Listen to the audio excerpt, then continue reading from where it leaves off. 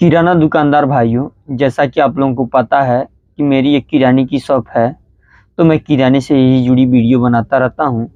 तो दोस्तों, ऐसे 1-2 मेरे सब्सक्राइबर थे जो कमेंट कर रहे थे कि उनका पिछले 3 साल 4 साल से किराने की दुकान करते हैं और कुछ ज़्यादा बेनिफिट नहीं कमा पाए हैं। यानी कहने का मतलब है कि वो दुकान तो कर रहे हैं, बट उनका दुकान ना बड़ा हो रहा है, ना कुछ ज़्यादा बेनिफिट दिखने को मिल रहा है।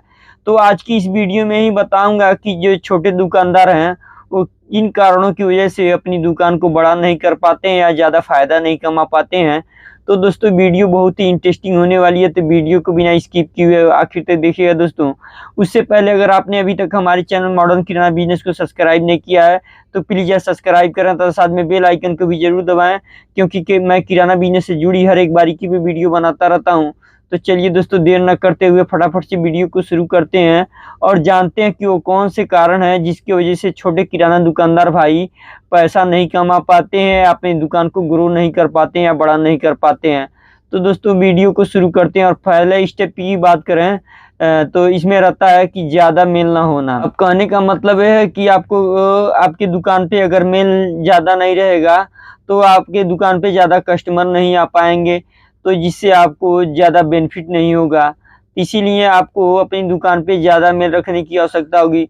कोई भी कस्टमर ये सोचेगा कि अगर आपके दुकान पे एक बार आया, कोई चीज़ की लिस्ट लेके आया, तो उसमें से अगर उसको कुछ चीज़ें नहीं मिली, तो फिर वो नेक्स्ट टाइम आपके दुकान पे नहीं आएगा।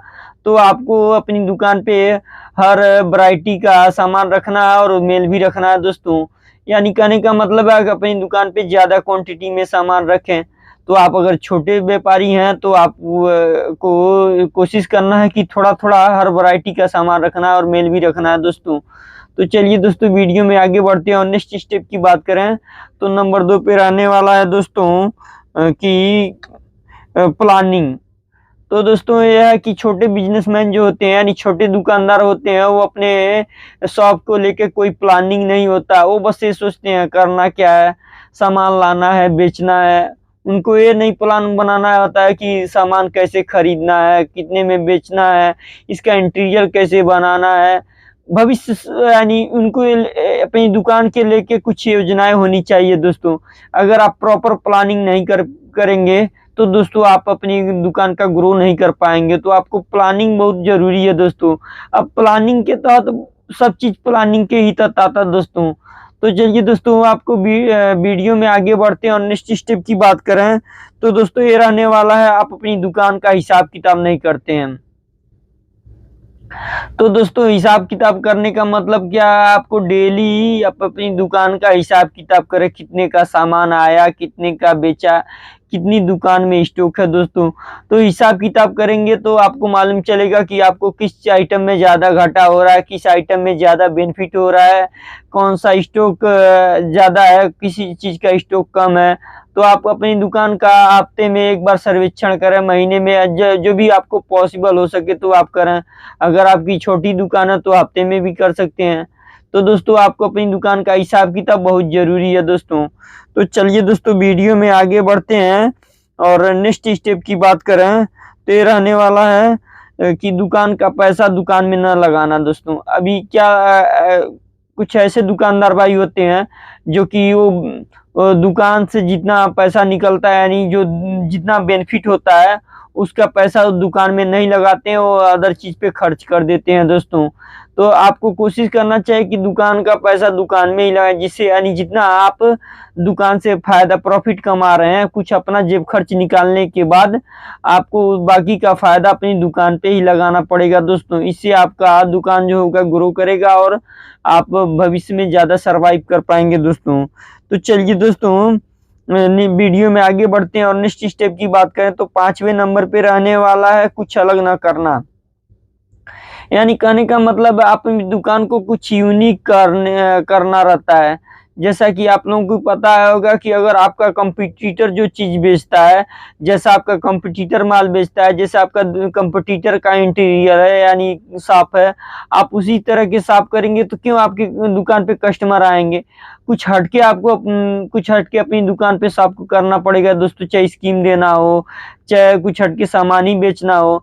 जैसे आप गाँव से बिलॉन्ग करते हैं, तो जैसे मैं गाँव से बिलॉन्ग करता हूँ, तो मैं अनाज की खरीदारी भी कर लेता हूँ दोस्तों, इसमें कुछ बेनिफिट हो जाता है।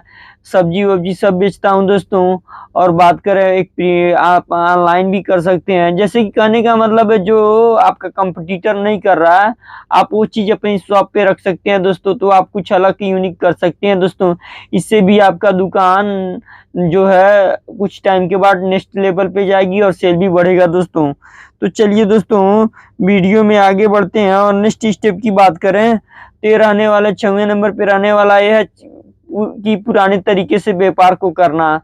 कि दोस्तों क्या होता है कि बहुत से किराना भाई अभी भी पुराने तरीके से व्यापार करते हैं, और जो मॉडर्न टेक्नोलॉजी नहीं अपनाते, वहीं पुराने तरीके से गल्ले पे बैठे हैं, बाहर कस्टमर खड़ा है, उसको सामान दे रहे हैं जो सामान मांग रहा है दोस्तों।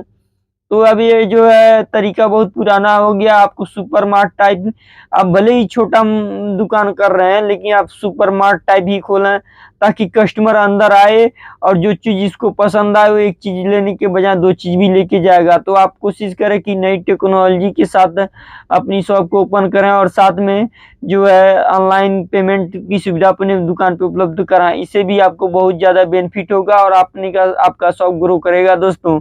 तो चलिए दोस्तों, वीडियो में आगे बढ़ते हैं और नेक्स्ट स्टेप की बात करें, तो 7वें नंबर पे रहने वाला है, ये आय से ज़्यादा व्यय करते हैं कुछ लोग। क्या करते हैं, कुछ किराना दुकानदार भाई, वो क्या करते हैं, जितना उन लोगों का आय नहीं होता वो उससे ज़्यादा व्यय कर देते हैं दोस्तों। तो इससे भी उनका जो शॉप होता है वो ग्रो नहीं करता, और धीरे-धीरे उनका शॉप घाटे की तरफ चला जाता है दोस्तों। तो आपको कोशिश करना चाहिए कि आप जितना यानी किराने की दुकान से फ़ायदा कमा रहे हैं, उसका कुछ, जैसे मान लीजिए सपोज़ आप किराने की दुकान से महीने का अगर 10,000 कमाए यानी फ़ायदा कमाए, तो आप कोशिश करें कि उसमें से 4,000 5,000 अपने परिवार के लिए खर्च करें। बाकी का जितना फ़ायदा हो रहा है शॉप से, आप उसको शॉप पे ही लगाएँ, जिससे कि आपको धीरे-धीरे आपका शॉप बड़ा होगा दोस्तों। अब ये कोई तरीका नहीं है कि कोई भी यूट्यूब पर जो बताते हैं इतना जल्दी ग्रो हो जाएगा भाई, ऐसा नहीं होता। आपका शॉप धीरे-धीरे ही बढ़ेगा, एक बैग तो बढ़ेगा ही नहीं दोस्तों। तो दोस्तों ये थी कुछ स्टेप, जिससे अगर आप अपनी दुकान पे फॉलो करते हैं या फॉलो नहीं करेंगे, तो आपको ज़्यादा लॉस उठाना पड़ेगा। अगर आप फॉलो करते हैं तो आपका दुकान धीरे-धीरे ग्रो करेगा दोस्तों। तो दोस्तों मिलते हैं किसी और वीडियो में, तब तक आप अपना ख्याल रखें। वीडियो में अंत तक बने रहने के लिए आप लोगों का तहे दिल से धन्यवाद।